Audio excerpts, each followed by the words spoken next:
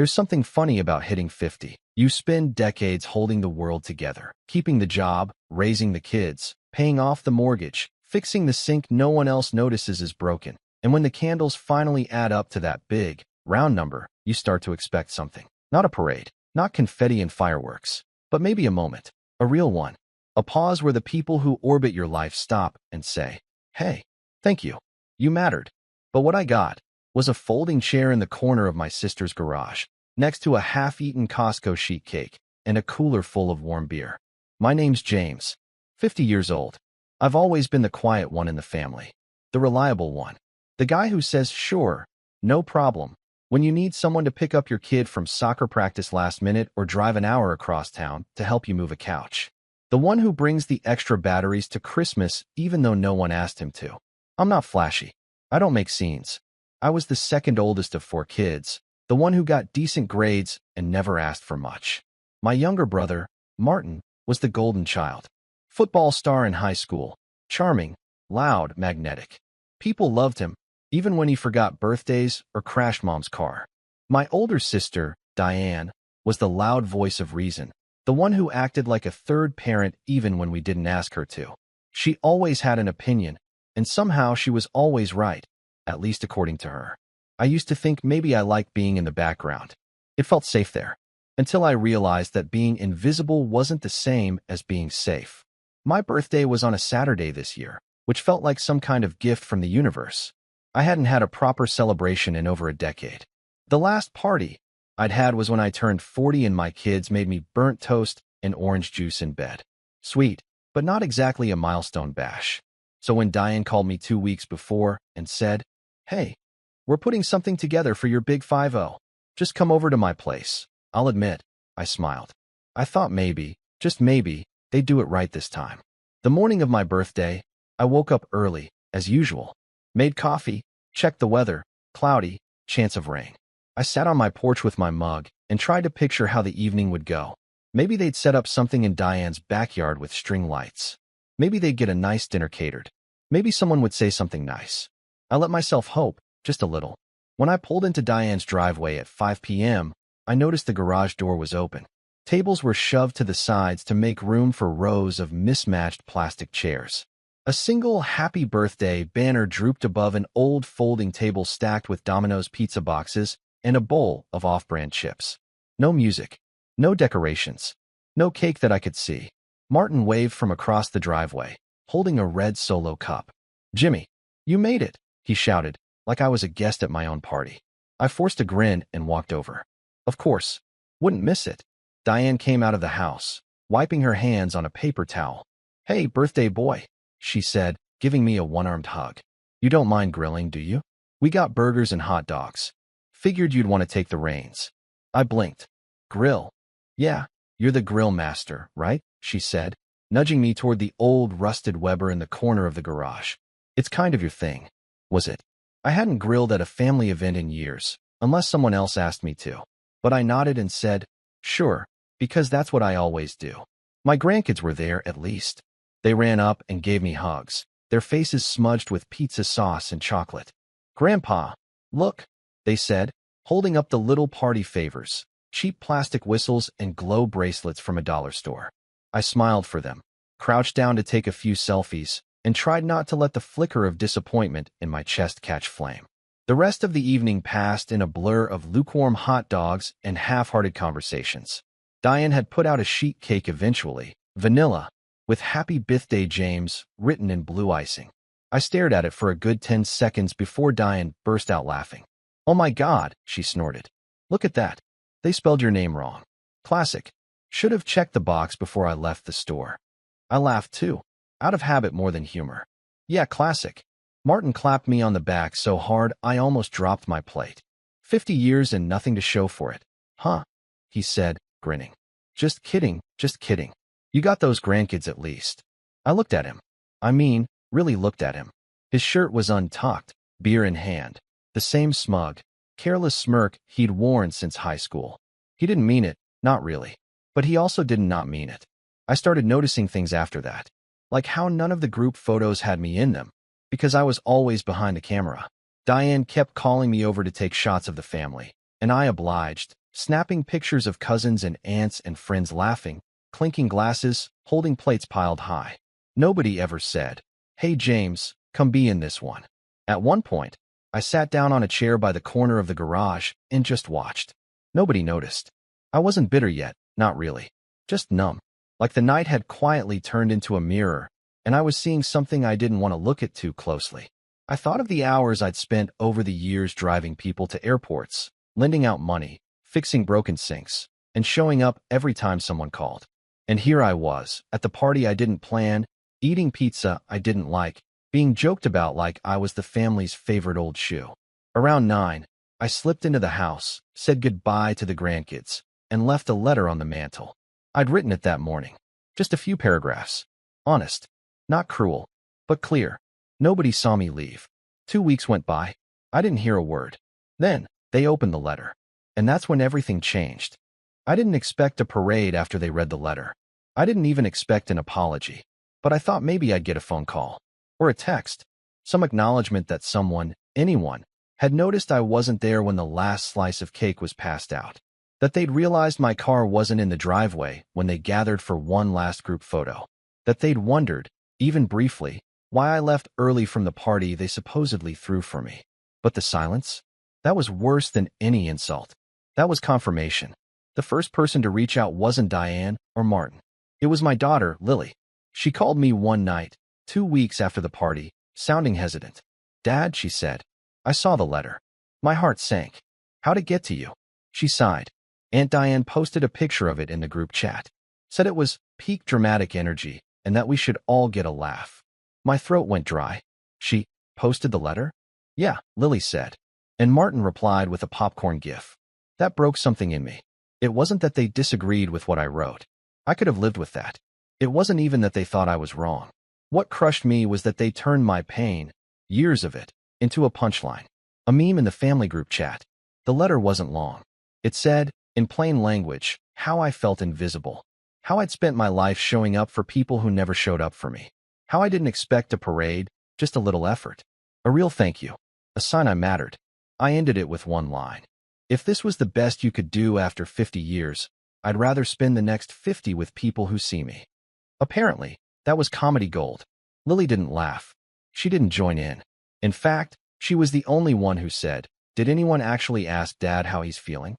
Martin responded with, "He's feeling sorry for himself, clearly. 50-year-old midlife crisis." Classic, Diane wrote.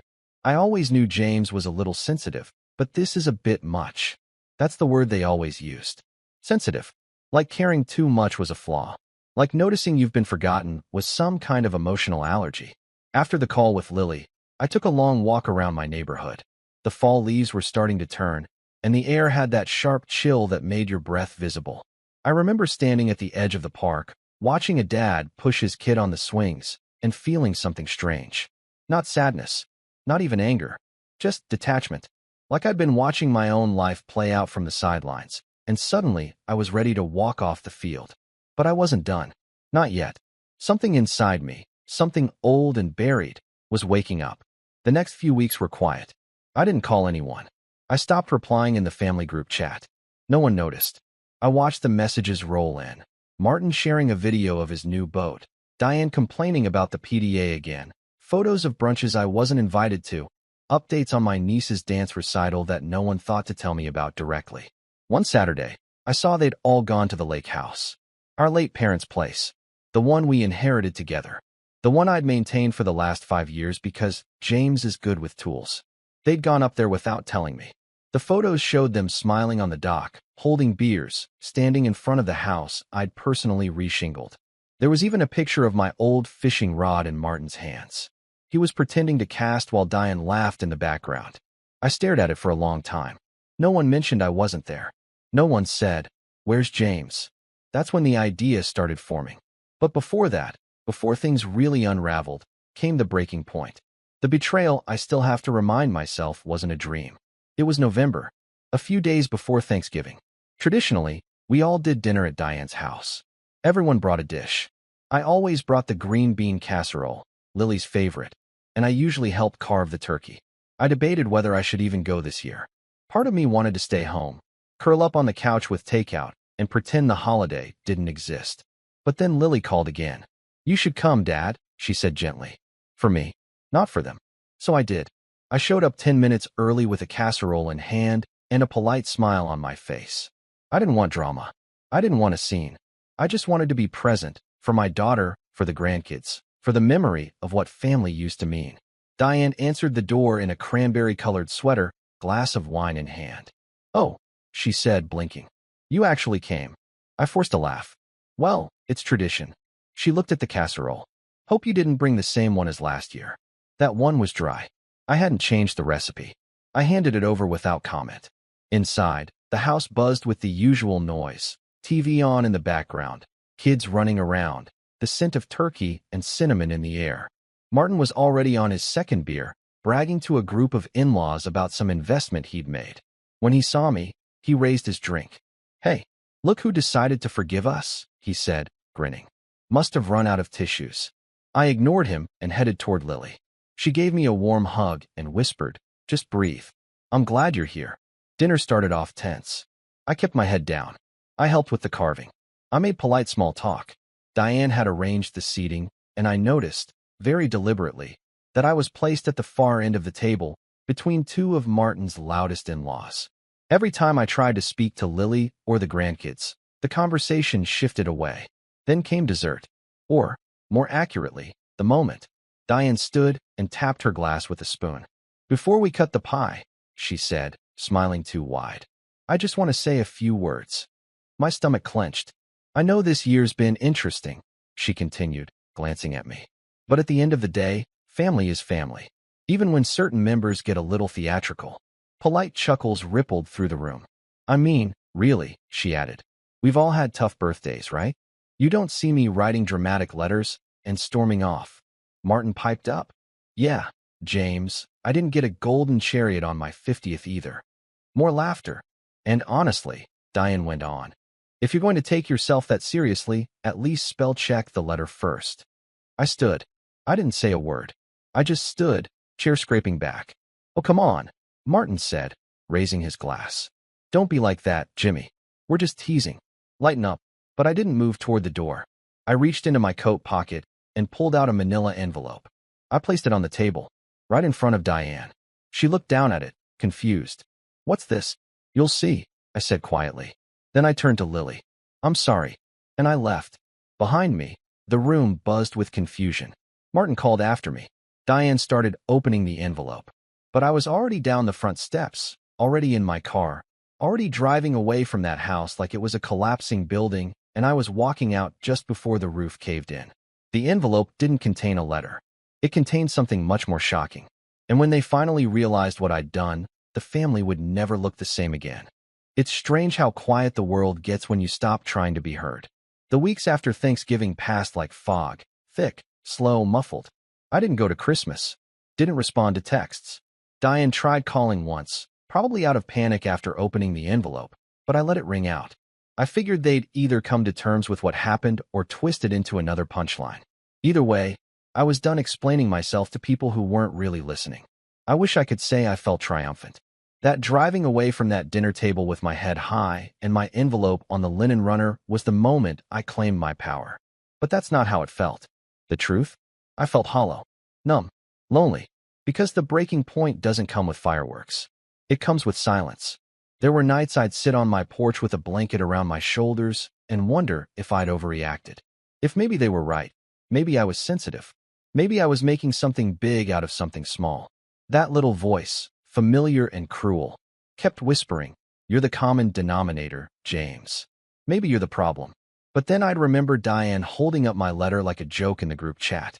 Martin calling me Jimmy, like I was still 15 and stuck under his shadow. The photos at the lake house without me. The plastic chair in the garage. The gift card with my name spelled wrong. No, I wasn't overreacting. I was just finally reacting. Hitting rock bottom doesn't always look like screaming or crying.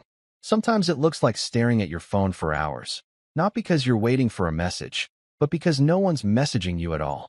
Sometimes it's walking through a grocery store and realizing you haven't said a word out loud in 2 days.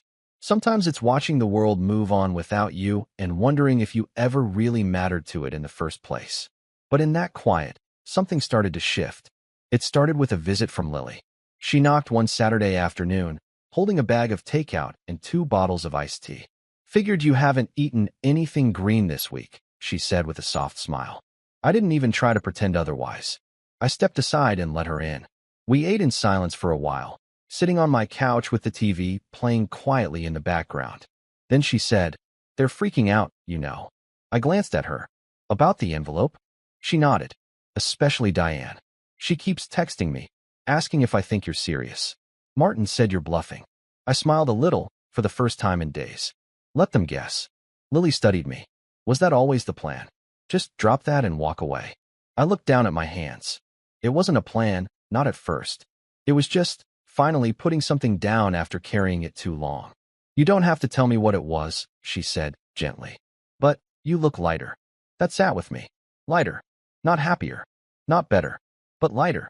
After Lily left, I found myself pulling out an old notebook from the desk drawer. One I hadn't touched in years. It had pages filled with sketches and home repair ideas, back when I was still dreaming about starting a small handyman business. I'd always been good with my hands. I liked solving problems, fixing what was broken. But life had gotten in the way.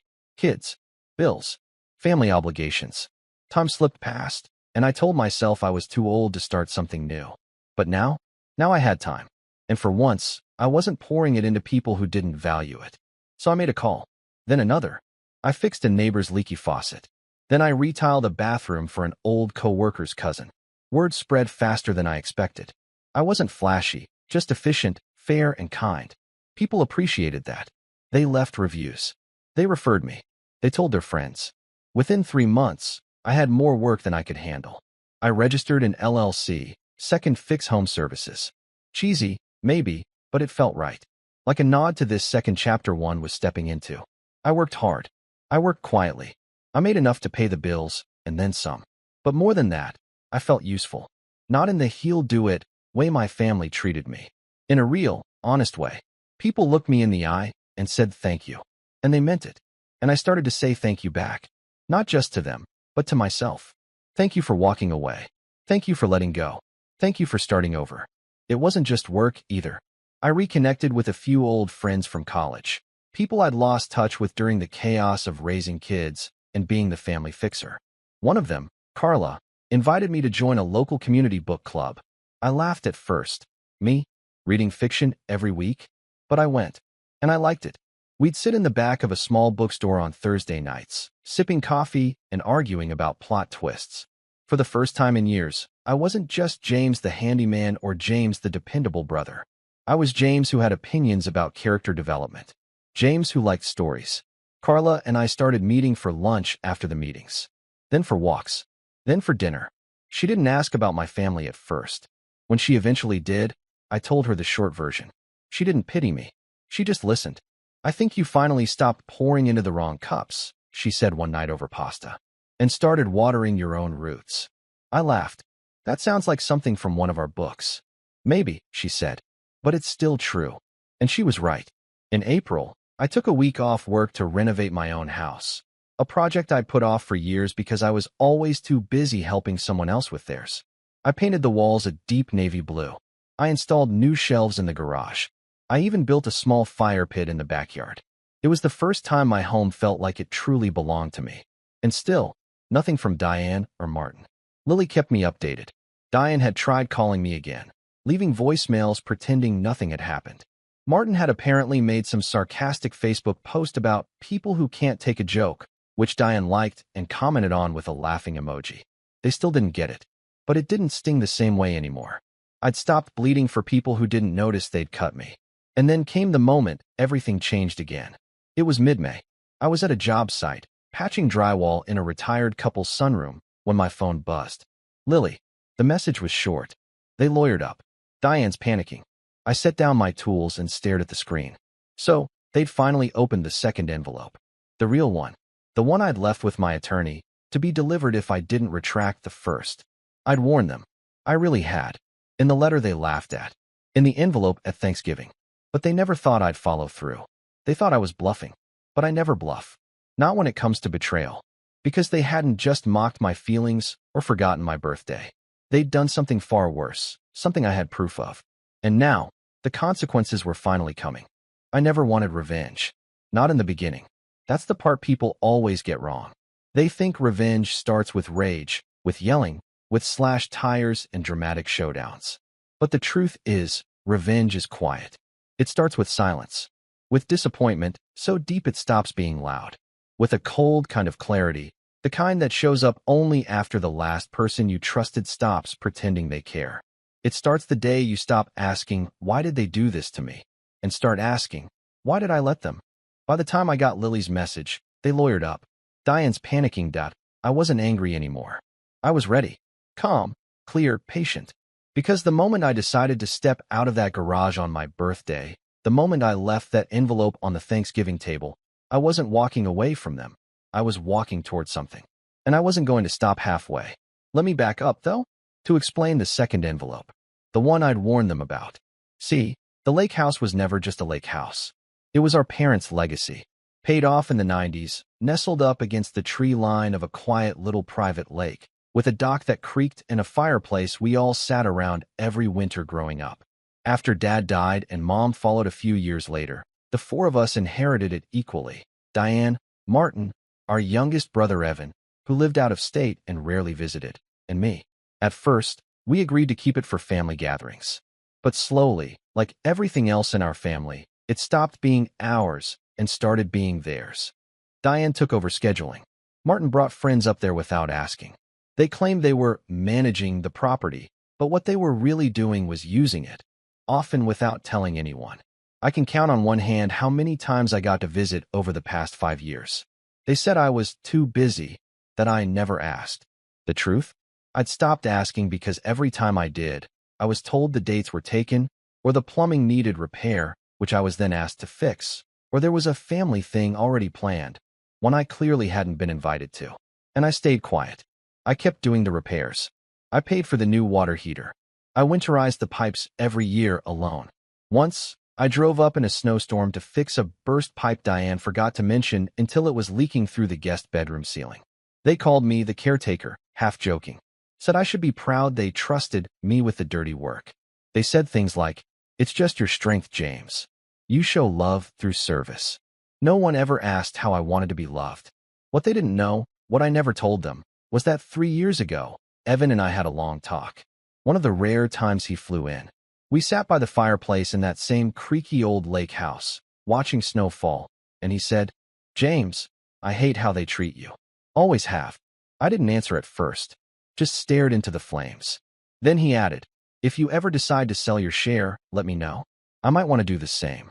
That planted a seed. Not out of spite, not out of greed, but out of the realization that maybe, just maybe, I could take back control of something they'd stolen from me piece by piece. That year, I started documenting everything. Every repair I did, every cost I covered, every holiday I was excluded from.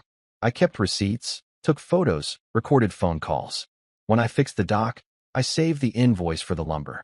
When I installed new locks after Martin claimed he lost his keys again, I saved the bill. I also started asking questions, quietly. I learned that Diane and Martin had been renting out the lake house on weekends, through a private rental site under Diane's husband's name, earning thousands. Never telling me. Never telling Evan. Not a dime split 4 ways. Not even a mention. And that was the betrayal. See, it's one thing to forget someone's birthday. It's another to mock their pain. But to steal from your own brother? That's not just rude. That's criminal. I contacted a real estate attorney. We reviewed the shared deed. Technically, all 4 of us were equal owners. But if I could prove financial abuse, exclusion, and negligence, I could force a partition sale. In plain English, I could force the lake house onto the market unless they bought me out fairly or faced a judge. But I didn't file right away. I waited. Waited until they humiliated me on my birthday. Waited until they mocked my letter. Waited until they made it clear they'd never see me as anything but the family doormat. Then I sent the first envelope, a warning. And when they ignored it, I gave my lawyer the green light to send the second. Now Diane was panicking. Martin was lawyering up. And Evan? Evan was on a plane. He texted me as soon as he landed. They called, begged me to side with them, told them I already signed the affidavit. Let's burn this down. I smiled at that. Evan had always been the quietest of the 4 of us. But when he picked a side, He didn't waver. And he was tired of being left out too. We met at my place that evening. Sat in the backyard near the fire pit I'd built. He looked around and said, "Looks like you finally got your own piece." I nodded. "Took long enough." He pulled out a folder. I printed everything. Timeline. Expenses. Evidence. This thing's airtight. We spent 2 hours reviewing the case. I had the paper trail. He had the affidavit. We had messages, emails, even a voicemail where Diane joked to a friend about squeezing the boys out of the lake house before they catch on. By the time we were done, I wasn't nervous. I was ready, because this wasn't revenge anymore. This was justice. The next few weeks moved fast. The petition filing went through. A formal notice was sent to Diane and Martin. They had 30 days to agree to a buyout or prepare for court. That's when the calls started. Diane tried sweet-talking me at first. "James, come on. Let's be civil. We're family." Martin tried guilt. "Really, Jimmy? After all we've been through?" Then came the anger, the threats, the tears. "You're tearing this family apart." No, I wasn't. They'd torn it apart the moment they chose profit over people, laughter over loyalty. I was just making sure they didn't get away with it. But I didn't stop there. Remember the group chat they used to mock me? I didn't say a word in it. Not until the day the mediation was scheduled. Then I posted one message. Just one. "See you in court. And bring the rental statements." The chat exploded, but I muted it. Instead, I reached out to someone else. The tenants. A few families had rented the house through the private site Diane used. I found them, asked for copies of their contracts, payments, dates, photos. Turns out, one of them was a lawyer himself. He said, "I'm happy to give you a sworn statement. What they did wasn't just sneaky, it's fraud." Perfect. The puzzle pieces clicked into place. And as the court date drew near, I felt steady, like I was finally standing on something solid. Not made of spite, not made of fire, just truth. Evan and I made a pact. No yelling, no drama. We'd walk in, speak clearly, and let the evidence speak for us. But I'll be honest, part of me hoped, just hoped, to see the look on Diane's face when she realized the doormat grew teeth. When she realized the family punching bag finally hit back. And this time, it wouldn't be a joke. The courtroom wasn't what I expected. No grand chandeliers. No raised voices or slamming gavels. Just beige walls, squeaky chairs, and the low hum of a ceiling fan that might have been installed in the 80s. But I wasn't there for the decor. I was there for the reckoning. Evan and I sat on one side of the long conference table. Across from us, Diane had come overdressed. Hair sprayed within an inch of its life, pearl earrings, and that same holier-than-thou look she'd worn since we were kids. Martin, on the other hand, looked like he'd just come from the golf course. Button-down shirt, half-tucked, sunglasses on his head, still trying to charm his way through life. Their lawyer, some stiff man in a gray suit with a Bluetooth headset clipped to his collar, looked annoyed from the second he walked in. I got the impression they'd already tried to spin the whole thing in their favor, and it hadn't worked. Not with the paperwork we'd submitted. Not with the recorded voicemail. Not with the receipts, emails, contracts, and tenant statements. The judge, a no-nonsense woman in her 60s, got right to the point. "Mr. James," she said, flipping through the thick stack of documents my attorney provided. "You're requesting a partition sale of the jointly owned lake property, citing financial exploitation and mismanagement by your co-owners. Is that correct?" "Yes, Your Honor." "And you've declined the buyout offer they submitted?" I nodded. "Because it wasn't close to fair market value, and they profited off the property for years without disclosure." The judge turned to Diane and Martin. "Would you like to respond?" Diane launched into a speech about family, tradition, emotional value. Martin added a few quips about miscommunication and harmless mistakes. But the judge wasn't having it. She held up one of the tenant contracts. "This says you received $1,200 for a weekend rental last April. Neither Mr. James nor Mr. Evan received a share of that income." Silence. Then Diane muttered, "We were managing it. We didn't think." "That's the problem," the judge cut in. "You didn't think." What followed was 30 minutes of their lawyer fumbling through justifications while our lawyer calmly laid out the timeline. Every unapproved rental. Every repair I paid for. Every ignored request to use the house. The judge's expression grew tighter with every document presented.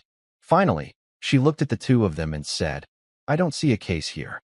What I see is financial misconduct and a clear pattern of exclusion. Unless the petitioners are compensated with a buyout equal to fair market value, plus damages for unpaid rental income, I'm granting a forced sale. Diane's mouth dropped. You can't be serious. Martin leaned forward. This is our family's legacy. The judge didn't flinch. Then perhaps you should have treated your family like family. And just like that, it was done. They had 30 days to make a buyout offer, an honest one, or the lake house would go on the market. Publicly, at a price neither of them could afford alone. When we walked out of the courthouse, Evan turned to me and grinned. That was better than fireworks. I didn't smile. Not yet. I needed to see it through. And I did. They tried to stall, offered us a pittance, even claimed we were emotionally blackmailing them. But the evidence stood. Our attorney filed the final paperwork, and the house went up for sale 6 weeks later. It sold in 4 days. $742,000. After closing costs and legal fees, Evan and I each received a check for just over $170,000. Diane and Martin got the same, but not before the judge ordered them to pay back a combined $36,000 in unshared rental profits, which, of course, came out of their end. Evan and I didn't have to lift a finger. The day the wire hit my account, I sat in my backyard and stared at my phone. I thought I'd feel triumph. Vindication. What I felt was clean, like a slate finally wiped down after years of graffiti. Lily came by that night with a bottle of wine. We sat by the fire pit, and she raised a glass. To dignity, she said, and to not letting people walk over you just because they share your DNA. I laughed. I'll drink to that. The fallout came fast. Diane stopped speaking to me, which, frankly, felt like a gift. Martin tried one last dig online, some passive-aggressive post about greedy relatives, but nobody bit. Not after the truth came out. Turns out, a few of their friends had rented the house too. And suddenly, they were asking awkward questions. Reputation matters when you live in a small town. Diane and Martin learned that the hard way. I took a portion of the money and invested it back into second fix home services. Upgraded my tools. Branded my van. Built a small website. Business boomed. Carla, remember her from book club? Started helping me with scheduling and admin work. Then one day, she kissed me on the porch before leaving and said, "You know, James, it's nice to see you standing tall." We've been together ever since. Lily framed a photo of the lake house just before we sold it and wrote in the corner, "Goodbye to what they stole. Hello to what you built." I hung it in my office. As for Diane and Martin, I haven't heard from them since. But sometimes, when I drive past the courthouse or glance at that photo, I think about the man I used to be. The one who grilled burgers in a garage while people laughed at his name on a cake. The one who took the picture but was never in it. And I smile, because that man's gone. And in his place stands someone who finally knows what he's worth. The best revenge isn't anger. It's becoming someone they can't ignore because they no longer have access to you.